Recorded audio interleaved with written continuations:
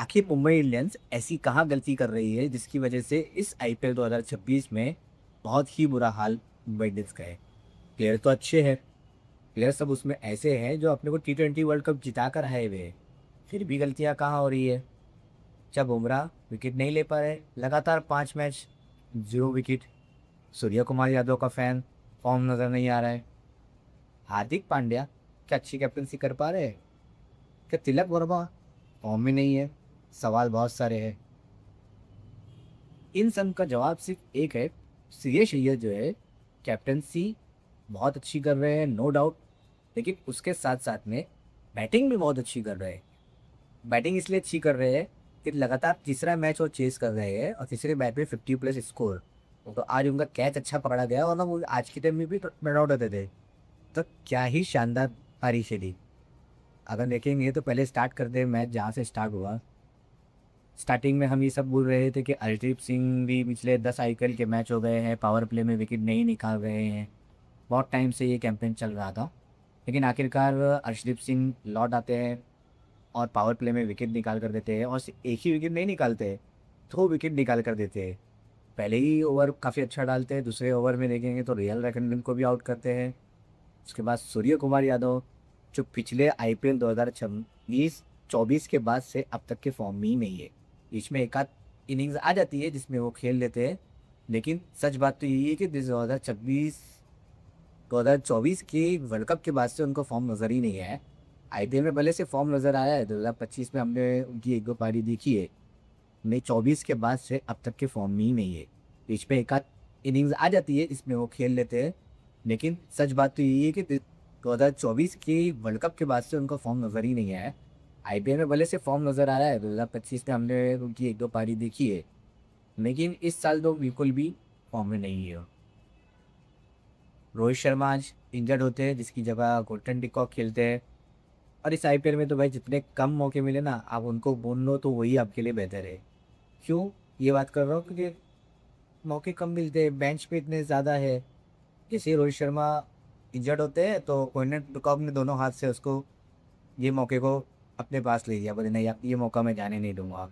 क्या करते, शितक होते। देखिए, अकेला बंदा मैच नहीं जिताएगा ना, आपको पूरी टीम को परफॉर्म देना पड़ेगा ना।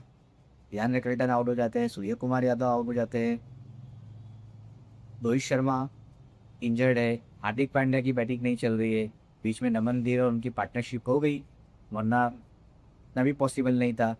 जहाँ पर आज की तारीख में 240 250 रन्स बन रहे हैं और वो भी सेफ रन नहीं है। वहाँ पे 196 टोटल। वानखेड़े जैसी पिच पे तो बिल्कुल भी सेफ नहीं है।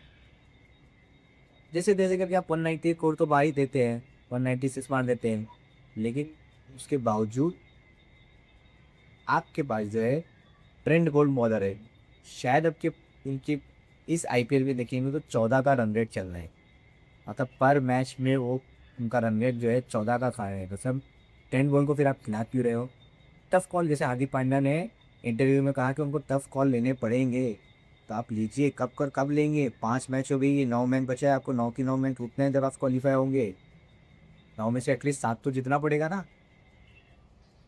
तो एक्सेप्ट कॉल कब लोगे? आपके पास जो है यंगस्टर बहुत सारे हैं, आपके पास एक्सपीरियंस प्लेयर भी काफ़ी है, लेकिन एक्सपीरियंस प्लेयर को भी आपको बिठाना पड़ेगा टेन बॉल को।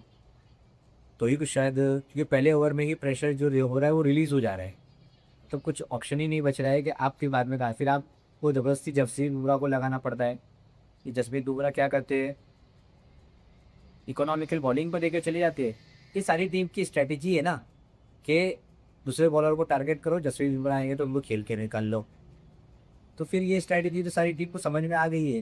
तो आपका ओपनिंग बॉलर ही मेन होना चाहिए, और उसके बाद दूसरा बॉलर भी मेन होना चाहिए। जब तक कि आप एक तरफ से प्रेशर रहेगा तो एक तरफ से विकेट निकलेगी, एक तरफ से प्रेशर हट जाएगा और एक तरफ से मार खाते रहेंगे तो जसप्रीत बुमराह कितना विकेट निकाल लेंगे।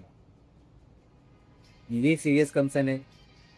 बहुत सारे ऐसे सीरियस है कि कैप्टनसी देखी थी ना, आपके विकेट टेकिंग जो बॉलर है ना वो रहने चाहिए। जैसे अभी मैं बात करूँ अगर श्रेयस अय्यर की, जब क्विंटन डिकॉक और नमनदीप बैटिंग कर रहे थे तो आउट ऑफ द बॉक्स आपको जाके छोड़ सोचना पड़ेगा कि भाई आप, उन्होंने शशांक सिंह को लाए, उन्होंने नमनदीप की विकेट लेके दे दिया, उस ओवर में 2 चांस और बने। क्विंटन डिकॉक भी आउट हो जाते, लेकिन वो कैच के लिए भी गया नहीं। मार्कस स्टोइनिस देख रहे थे कि मैं जाऊँ कि वो जाऊँ। तो जब आपका टाइम अच्छा होता है तो ये सारी चीज़ें होती है कि श्रेयस अय्यर अगर सुशांत सिंह को बॉलिंग दे रहे हैं तो वो भी विकेट निकाल कर दे रहे हैं, तो आपको भी वो ऑप्शन ढूंढने पड़ेंगे कि मेरा विकेट टेकिंग बॉलर कौन है, कौन ऐसा बॉलर है जो मेरे को टफ से टफ सिचुएशन में भी विकेट निकाल कर देगा, कौन अगर पार्टनरशिप बन रही है तो उस पार्टनरशिप को कौन तोड़ेगा। कि ये सारी चीज़ें छोटी छोटी बहुत इंपॉर्टेंट होती है। और श्रेयस अय्यर तो नो डाउट कैप्टनसी अच्छी कर ही रहे हैं, लेकिन उसके साथ साथ में बैटिंग भी बहुत अच्छी कर रहे हैं। लगातार 2 मैच में नॉट आउट आए, तीसरी मैच में भी नॉट आउट आ जाते, लेकिन वो कैच काफ़ी अच्छा पकड़ा गया। और ये श्रेयस अय्यर की जो बैटिंग है ना, वो इसीलिए ज़्यादा इफेक्टिव है कि दूसरे प्लेयर आते हैं, जैसे ब्रियान शायर को देख लो, वो आते हैं ताबड़तोड़ बल्लेबाजी करते हैं चले जाते हैं। लेकिन श्रेयस अय्यर जो एंकरिंग रोल करते हैं, बिना रिस्क लिए शॉट खेलते हैं, उनकी पारी ऐसी है कि 36 बॉल में 66, 36 बॉल में 60 प्लस। तो ये एक मैच विनिंग नॉक है ना,